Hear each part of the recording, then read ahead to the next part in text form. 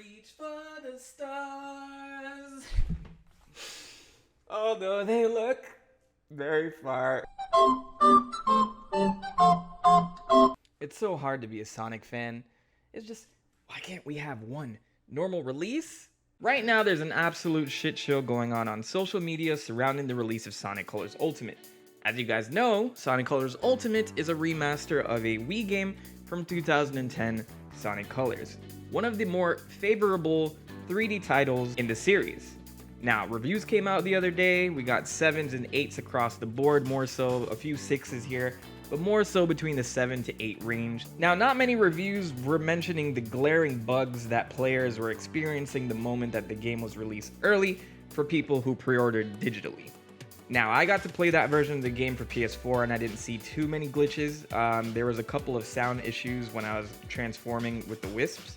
I was having a couple of issues there, but nothing that was game breaking or causing like these huge visual tears that are popping up all over Twitter. So players who have played the pre-order version a little bit early, especially on the Switch version, are experiencing things like visual bugs, graphical tears, seizure inducing graphical issues, audio issues, just regular gameplay issues in certain areas with the camera and boundaries, Sonic falling through the floor, etc., etc. And they've been taking to Twitter reporting videos of this stuff. And of course, the Sonic community has exploded, as we always do, and the YouTube community has also exploded, as we also do, and I am part of both of those groups, so maybe that's why I feel so passionate about this moment in time, because I feel like this is a bit of a shit show that needs to be addressed. This rabbit hole goes so deep, so I'm just gonna take some time to look into each of these in this video and just go through them, alright? So let's start with Sega. Sega has the tendency to rush games. They love to have games out by the holiday season, especially when it comes to Sonic games. You can tell they're marketing them for kids, and they're trying to get that holiday Christmas buy for all the children, especially from a Western release. So to create this remaster, Sega has contracted a developer known as Blind Squirrel Games. Blind Squirrel Games are used to porting games to other systems, but they don't have any experience importing video games to the Switch. This would be their second attempt at it, with the first one being a WWE game that turned out to be pretty trash on the Switch and more or less unplayable. So this is their second foray in trying to port an active game to the Switch console, and the Switch version is the one experiencing most of the issue. Now, if we take to Twitter, there is a post going around by Cyan Reality that was posted July 31st, 2021, which was well before all of this took place. Sonic Colors Ultimate is another Sega scapegoat scandal in the making, and I'm about to line up just why that is. All the pieces are falling into place for this to be a potential mess for another studio who was foolish enough to cross the path of Sonic the Hedgehog.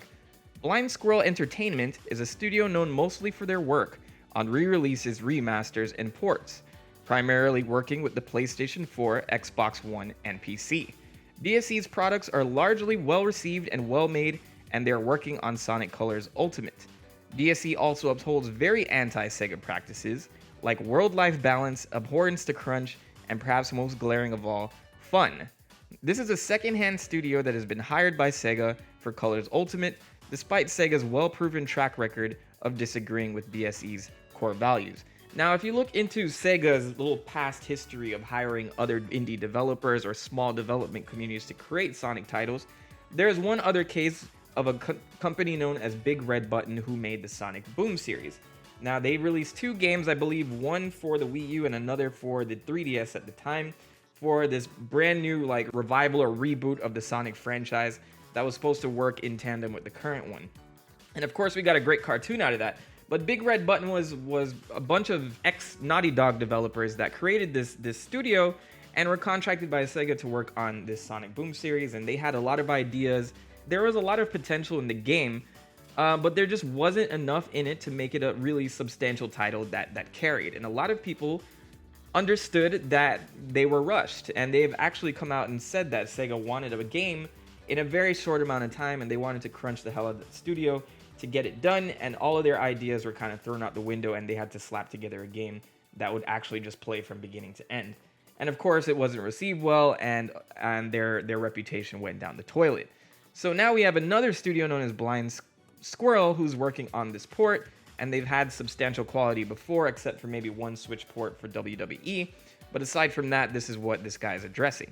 He goes on to say, my facetious slight at Sega aside, this is an important thing to note. Specifically their policy on crunch culture and the adherence to a 10 a.m. to 5 p.m. work schedule. What happens when you mix a reasonable schedule, an unreasonable contractor, and a rush-to-market title? Stumped? Fine. Here's a better question.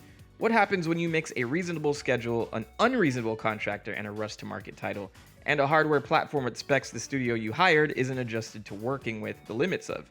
Oh, gee, I wonder. And he puts Balan Wonderworld as an example.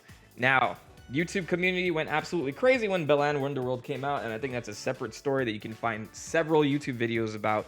Otherwise, it's not from Sega, but that's from Square and a team who was a little too ambitious to get a title out a little too quickly, which ultimately released to this failed game that everybody under the sun has already trashed and back.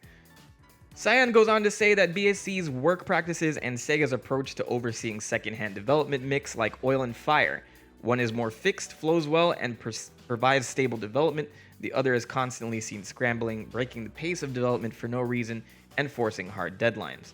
BSC does not do Switch games. They don't do portable games. They are experienced in porting high-fidelity games designed for the powerhouses of the bygone generation.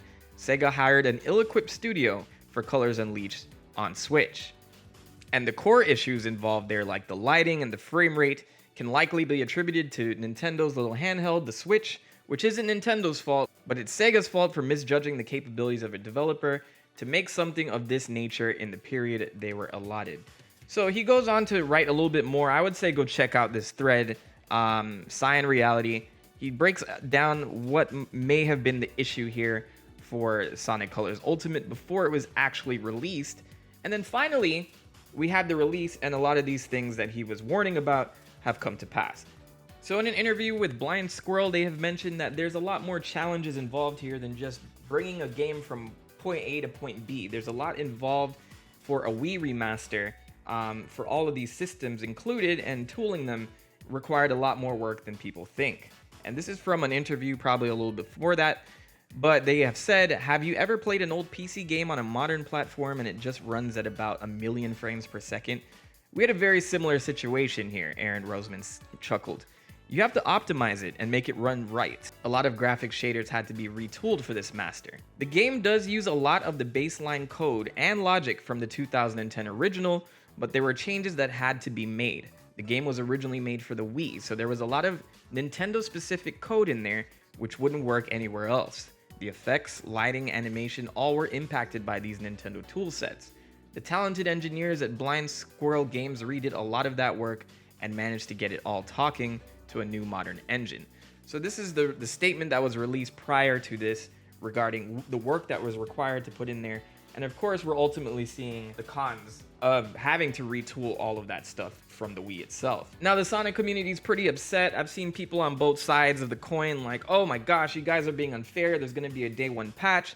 And others saying this is inexcusable from Sega, and they're even trashing Blind Squirrel Games at the same time, saying that they're inexperienced with the Switch, and that's causing a bunch of the issues here. And honestly, in my opinion, I think that we just gravitate toward dumpster fires a little too quickly around here. I'm bringing this to you guys just so we're aware. This is indeed a Sonic channel. It's not like it comes out of nowhere. But there's a lot of YouTubers that exploit missteps in the gaming community. Cyberpunk 2077 is a great example. But these bugs that we're seeing here hopefully can be handled in a couple of patches after the fact, a couple weeks after release, especially if it's just minor graphical or major graphical stuff at this rate. If we're seeing seizure-inducing video bugs like this that have been going around, then it's a pretty valid concern. It's gotten to the point where Nintendo has actually decided to issue refunds for those who have experienced any issues with Sonic Colors Ultimate that ultimately, no pun intended, don't want to deal with that. Katie over at the Sonic PR team and the Sonic Twitter team has mentioned that they are indeed working on these bugs, then they have been reported, and a lot of them have been false. So there's been a lot of false reports and some real reports of huge issues with Sonic Colors Ultimate, which ultimately is causing more issues with the QA process. If they have to sift through fake bugs and real bugs, it's going to cause some delays in getting the patches out to fix what really needs to be fixed. there's been a lot of videos that have been released with huge graphical issues happening on the Switch version. Ultimately, this was spread around Twitter, retweeted 100 times. Everyone says this is unacceptable from Sega. And then later on, the person that initially tweeted it came out and said that it was indeed on a PC emulator known as Yuzu that was running the Switch. So a lot of people took that story and they started spreading it across. You know, basically this guy is a minor, so I'm not going to call him out. I'm not going to say his username or anything because I think he's already been bullied off the internet. He's already deleted his Twitter and he came out and apologized and didn't think that, you know, what he put out would go so far. But people are still experiencing some of those same bugs that he posted natively on the actual Switch system, which Nintendo has come out and confirmed is actually the case. So it's just back and forth. It's been a complete shit show on the social media realm with this Sonic Colors Ultimate release. And me, as a Sonic fan, I really just want to embrace this release. Just like, Sonic Colors is an amazing game. I originally played it on the Wii and I absolutely enjoyed it and I have very fond memories playing it. And I'm just hoping that, you know, Sega and Blind Squirrel get their act together and get these bugs addressed quickly before their actual release on September 7th, which is when the general release was supposed to be. So we'll see if any patches actually smooth all of this over. But in the meantime, I think that the community needs to give them time to address it. They've acknowledged it. Sega has acknowledged it. The Sonic community has acknowledged these bugs, and they're saying that the patches are on the way. So in my experience with the PS4 version, I haven't had many issues with it yet. Like, it's good to see a fresh coat of paint on the game. And if the bugs were not there, like the minor audio issues that I was having, people have reported that there's been save corruption issues on the PlayStation version and minor bugs on the Xbox, but they have agreed that the PC version is the best release of all of the consoles so far. But in my experience with the PS4 version, which I'm playing on a PlayStation 5, I don't know if that makes much of a difference. I have not seen too many bugs or anything that's been reported, but then again, I haven't had a lot of time to play with the game outside of the stream that I did the other day. There's some new customizable features for Sonic and a facelift on the graphics. I think the lighting is a little odd, and now I understand why, because a lot of those native elements from the original Wii version has caused them to actually try to fix lighting, and it doesn't translate the same way. So there's like a little bit more bloom than I could actually appreciate.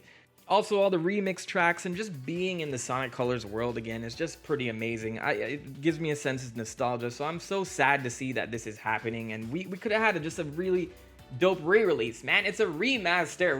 It doesn't have to be this way, Sega. It doesn't have to be this way. Oh my gosh, treat your mascot like a mascot, man. Ugh.